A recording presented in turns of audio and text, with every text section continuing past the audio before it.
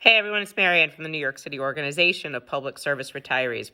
So I had a really interesting message this morning, and I wanted to just share it with you.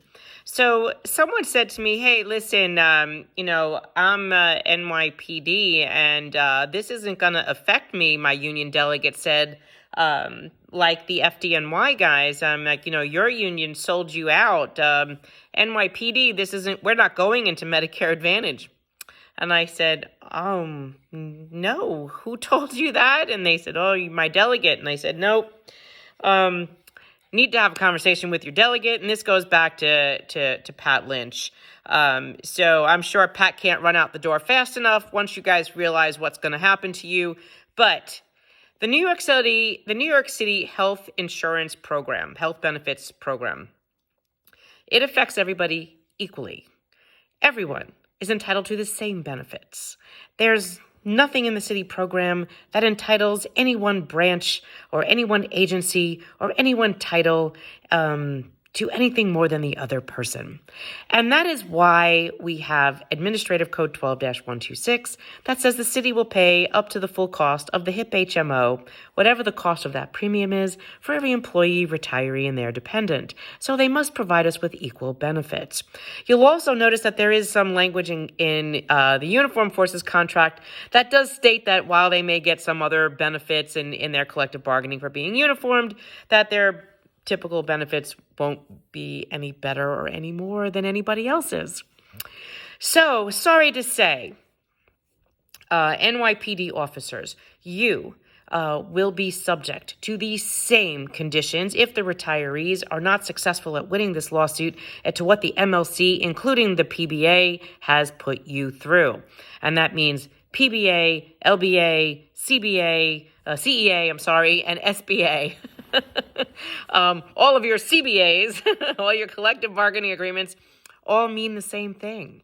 So every city employee has the same exact health care benefits. And sorry to say, if you don't believe that this plan will affect you like we are saying it is, just call labor relations. You can search the phone number, New York City OLR. Just call them and say, hey, listen, I'm going to retire January, February, March 2024, and I'm going to be on Medicare. Can you tell me what my options of plans would be in 2024?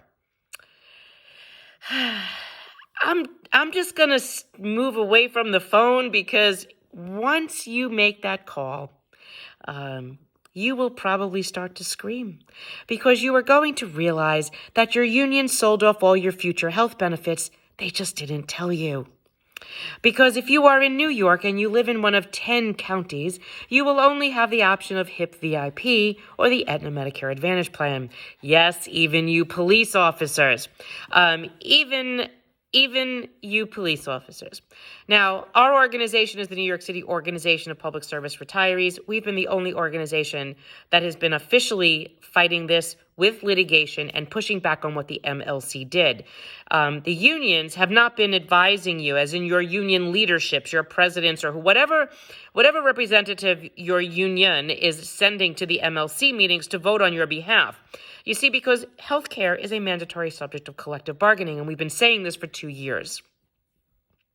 However, your union leadership is going to these MLC meetings and voting for whatever they're being spoon-fed as is the right thing to do for you, as if all of a sudden after, over 70 years of 80 years of health insurance, where you've always had a choice of healthcare, now it's okay that your union has basically laid down and allowed the MLC to bulldoze you into one plan if you live outside the city of New York, and only offer you a choice if you live in 10 counties of New York, and offer you HIP VIP. If you're not familiar what those two plans are, they're both Medicare Advantage plans. They're both managed care. They're not PPOs in the sense that what you're used to, where just about any doctor accepts them. This is managed healthcare. They are privatizing Medicare, your federal health benefit provided by Medicare, Centers of Medicare and Medicaid by the federal government. They are privatizing your health care for savings. And this is how they're funding themselves. This is savings that they're using for negotiating. So what you don't realize is that they just sold off today's retirees, that's us, that we have been fighting this for 2 years in court. And they're only doing it just to finance a stabilization fund that primarily pays in active workers and in under 65 retirees premium healthcare benefits. Just so you don't pay for your health care, they sold off retirees into managed care. And you're not really going to know until you're retired, so you're not really going to pay attention or notice. And that's what they're banking on.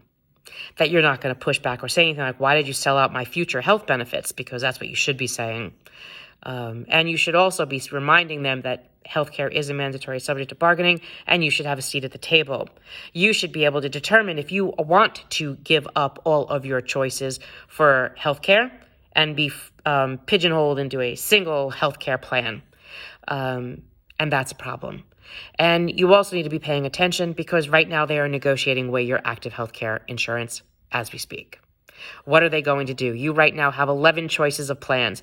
We did have 14 as retirees because we needed more regional coverage because once we do retire, many of us do leave New York for warmer climates or less expensive areas because our pensions are small.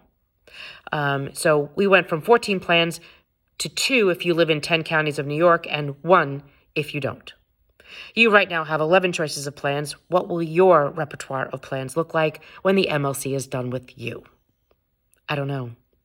But you might want to get engaged in the fight and remind your union presidents that you should be controlling what happens, as that is a mandatory subject of bargaining.